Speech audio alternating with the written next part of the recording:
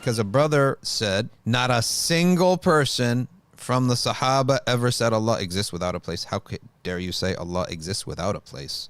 Well, also, they didn't say he exists with a place either, right? Because if you say that, you actually are putting the onus of the burden of proof is on you to provide a proof that there is a place. And what is that place? What is the name of that place? Is it God? Is it God's home then, if that's what you're saying? So let's read these nusus from the Sharia that tells us that the reason why the ulama said, Inna Allah mawjudun bila makan, wala zaman. How about the Messenger sallallahu alayhi wasallam said, Kan Allahu wa lam yakun shay'un ghayruh. Allah existed and nothing else existed besides him. Bukhari. Is place a thing? Is time a thing? Is location a thing? Then he existed without it. And he exists now as he exists then, because Allah doesn't change. He has no needs for anything. How about what is the meaning of huwa al-awwal wal-akhir? He is the first and the last. Well, one of the meanings, the valid and sound meanings of that, is it means that before anything existed, Allah existed with all of his attributes. And after everything perishes, Allah will exist with all of his attributes and nothing lost.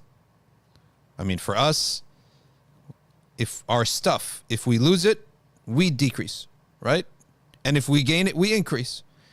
Huwa al-awwal wal-akhir, Allah subhanahu wa ta'ala, before all the creation, all this creation, as massive as we imagine it to be, 7 heavens, paradise and hell, before all of this existed, he existed and there was nothing with him. And after all of it will perish. As we know, every single living thing will perish. Even Malak al-Maut himself, Allah says, Mut ya Malak al-Maut. Angel of death, Allah says, die. And he dies. There will be not a single living soul or organism. Will Allah have lost anything? Will Allah have changed? Nothing. Huwa al-awwal wal-akhir. So therefore, he exists before the arsh, before the throne of Allah Ta'ala. Throne of Allah Ta'ala, Allah has attributed it to himself to honor it, to show us how great and massive this is and what a great creation it is. Just like Allah Subhanahu wa Ta'ala says about وَنَفَخْتُ فِيهِ مِن رُوحِي, I blew in him from my ruh, my spirit. Does Allah have a ruh, a spirit? No. The answer is he owns it. Well, Allah owns everything, yes. But when he attributes ownership to himself, it is a way to honor that thing. So the ruh is honored because Allah says, Ruhi, the one that I own, I created. And ulama says the same of the arsh. Allah says in the Quran, Allahu Samad. And Allah says, Wallahu al-Ghani. Allah is the absolute independent of any needs and everything needs him. Clearly, anything in a space has a need for that space, right? And everything that is in a space is dependent upon that space, whether it wants to be or not. So therefore, if Allah is ever without need, then he would not be in a space, in a location. Prophet sallallahu alayhi wasallam said, أنت الظاهر وليس فوقك شيء وأنت الباطن فليس دونك شيء. Sahih Muslim. It's a beautiful dua. It's actually about debt. اقضي عني الدين. Fulfill my debts. But the line that's important here, أنت الباطن فليس دونك شيء. You are the batin. You are the not apparent, inwardly hidden. Or hidden, we can say. Yes, because some aspect of Allah is hidden to us. We don't see him now. We see him inshallah in the akhirah without direction or physicality. Dunaka means beneath. So if there is nothing above him, nothing below him, then he exists without a place. Who said that? Bayhaqi quotes those who have said that. Imam al-Bayhaqi. Someone may say, all right, why are you taking the literal meaning of dunaka here? It's because we always go to the literal meaning first, unless a muhkam verse, muhkam is an explicit verse, would tell us otherwise. If a muhkam verse is saying one thing, and then a mutashabih, a verse that's from the mutashabihat, that unclear verses, is saying what seems to be the opposite, then we say that it's definitely not that meaning. It's not that apparent meaning. So here, laysa dunaka shay, there's nothing muhkam that is contradicting, right? Or that is apparently opposing. So the apparent meaning here is acceptable to us. If that apparent meaning was opposing a muhkam verse, then yes, we would say we will go to another meaning, or we will leave it completely. Tafweed or ta'wil. Talib Razi is saying a good point. He said those who took above literally, here they have to take below metaphorically, right? So we say, what is your miqdar, what is your dabit here? What's your standard? The standard is clear. If a mutashabih verse, the apparent meaning of the mutashabih will seemingly contradict or contradict directly a muhkam, then we do tanzih. We sarf al-ma'na an dhahirihi. We say the meaning is definitely not this outward meaning. Okay. We establish the text as it is a text from Allah, 100%. We believe in it. But we say that this possible meaning is not what Allah intended. Why? Because Allah Himself told us elsewhere. Told us something else elsewhere. Let's go to just the reason and defining terms, right? We have to reason and define terms. What is a place? What does a place consist of? Is not a place a physical location made of matter? And anything that is in that place also must be placed made of matter. And we know Allah is not made of matter. So that's just by defining terms. That's it. If we define the terms and the lawazim of the terms, remember what we said earlier, you got to worry about three things. Define your terms. List out all the lawazim, the necessary implications of that term. And then don't contradict yourself. Make sure there's no contradiction there. Is this some philosophical Aristotle nonsense? This is nothing other than defining terms. Shaitan has fooled you with this branding, right?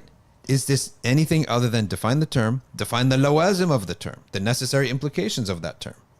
Like, tell me otherwise. Is that not common sense? Is there like a second option here? Yeah. Like, it's so simple, common sense. Can I put my imagination in a place? No. I can't even say my imagination is in my head. That's even metaphoric, right? Your imagination is i'tibari. It's like it's not even a thing. It's not really like, it doesn't actually have a like an extra mental existence. It's completely mental. So like a jism, what is a jism? What is a body? It's something that's murakkab. It's made up of parts. Okay, and then what's the necessary implication of something that's made of a part? Yeah, it has parts. Whatever has parts depends on those parts, right? Like, it's so simple. Like you can tell this to like, you know, high schooler and they'll understand this. It's not very hard. It's not like some deep philosophical stuff. There's no two Muslims that will disagree. No two humans that will disagree. If we're going to talk, we've got to define our terms. We got to list out the implications of those terms. And then we don't contradict ourselves. That's it. Now, let's take another angle here. If what we're saying is correct, are we going to come here in the year 1445? What year, Hijri year are we, right? 1444. Right, 45, right? And come up with some new ideas. Are we mujtahids in Aqidah for us to say this stuff? Who said it before us? And if it's true, who affirmed it, that this is the case? أَنَّ اللَّهَ مَوْجُودٌ بِلَا مَكَانٍ. Let's go first to Imam al-Bayhaqi. And we have to note, the question came up later. Therefore, by default, we will not have commentary from the Salaf. Kitab al-Asma' والصفات للحافظ البيهقي قال والذي روي في آخر هذا الحديث إشارة إلى نفي المكان عن الله تعالى. This hadith that we just said, that you are the outwardly apparent, so there is nothing above you, and you are the inwardly hidden, and there is nothing below you. He says, it has been narrated regarding this hadith that number one, wherever you are the same in it, your nearness and farness from Allah, because nearness and farness from Allah is mental. It's spiritual. It means I'm in His pleasure and I'm receiving that, or I'm in His anger. It has nothing to do with physically. So if I shot myself up in a rocket, am I closer to Allah? A'udhu billah. What is this? You're worshipping an idol in the heavens? Right? وَأَنَّهُ الظَّاهِرُ فَيَصِحُّ إِدْرَاكُهُ بِالْأَدِلَّةِ. So al-Zahir is outwardly apparent. That means we can look at evidences and know that He exists. So His existence is outwardly apparent. وَهُوَ الْبَاطِنُ فَلَا يَصِحُ إِدْرَاكُهُ بِالْكَوْنِ فِي مَكَانٍ. And he says He is inwardly hidden, so you will not find His existence in a location. You don't run around and fly up in the sky looking for the Creator. Okay? No matter what technology we ever develop, and peer out and shoot through all seven heavens. That is how He is al-Batin. So his existence can be determined with the intellect, but he cannot be determined with a location. ثم قال واستدل بعض أصحابنا, some of our companions have taken this as evidence too, في نفي المكان عنه بقول النبي صلى الله عليه وسلم أنت الظهر فليس قبل فوق شيء وأنت الباطن فليس دونك شيء. There's nothing above you, there's nothing below you. وإذا لم يكن فوقه شيء, if there's nothing above him, ولا دونه شيء, and nothing below him, لم يكن في مكان, then he is not in a location. Anything in a location must have something above him or below him, or on his right or on his left. Correct or incorrect? Is this philosophy? No, this is from the definition of a place. Define place and the necessary implications of a place.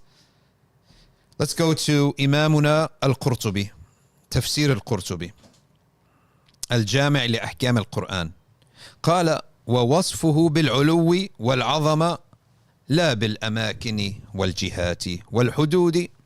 To describe Allah subhanahu wa ta'ala with highness and greatness is not a description of location or direction or limits.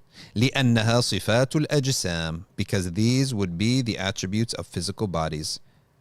And we say that Allah Ta'ala is not a physical body. وإنما ترفع الأيدي بالدعاء إلى السماء لأن السماء مهبط الوحي ومنزل القطر أي المطر ومحل القدس أي جبريل ومعدن أي مكان المطهرين من الملائكة. So what he say here? He's saying we only raise our hands up in dua. And likewise the famous hadith of the Jariyah where she points upwards. Why? Because it is the qibla of dua. Because the sky is where we see the revelation come down from. Jibreel used to come down from there. And the rain comes down from there. And it is the place of noble angels. And also the deeds go up there. So everything good is upwards to us. Everything good is up. And even above that is the arsh of Allah, is a physical creation. It is above all of that. And paradise is above. كما جعل الله الكعبة قبلة للدعاء والصلاة. Just like Allah made the Kaaba the qibla of salah and dua. So the vertical qibla of dua is upwards. The horizontal qibla of dua is Mecca. وَلِأَنَّهُ خَلَقَ الْأَمْكِنَةَ وَهُوَ غَيْرُ مُحْتَاجٍ إِلَيْهَا. He created direction and he has no need for it. وَكَانَ فِي أَزَلِهِ قَبْلَ خَلْقِ الْمَكَانِ وَالزَّمَانِ. And he had existed pre-eternally without the creation of time and place. وَلَا مَكَانَ لَهُ وَلَا زَمَانٍ. There is no place for Allah nor time. وَهُوَ الْآنِ عَلَى مَا عَلَيْهِ كَانَ. And he is now as he always was. And there is even no meaning to say for Allah is, was, and will be. That's for us, our perceptions. وَالْعَلِيُّ يُرَادْ بِهِ عُلُوُّ الْقَدْرِ. When we say that Allah is high, it means his qadr, his value, it's his worth to us. All right? And his greatness is high, not his location. We're not speaking about the location because Allah is transcendent beyond direction.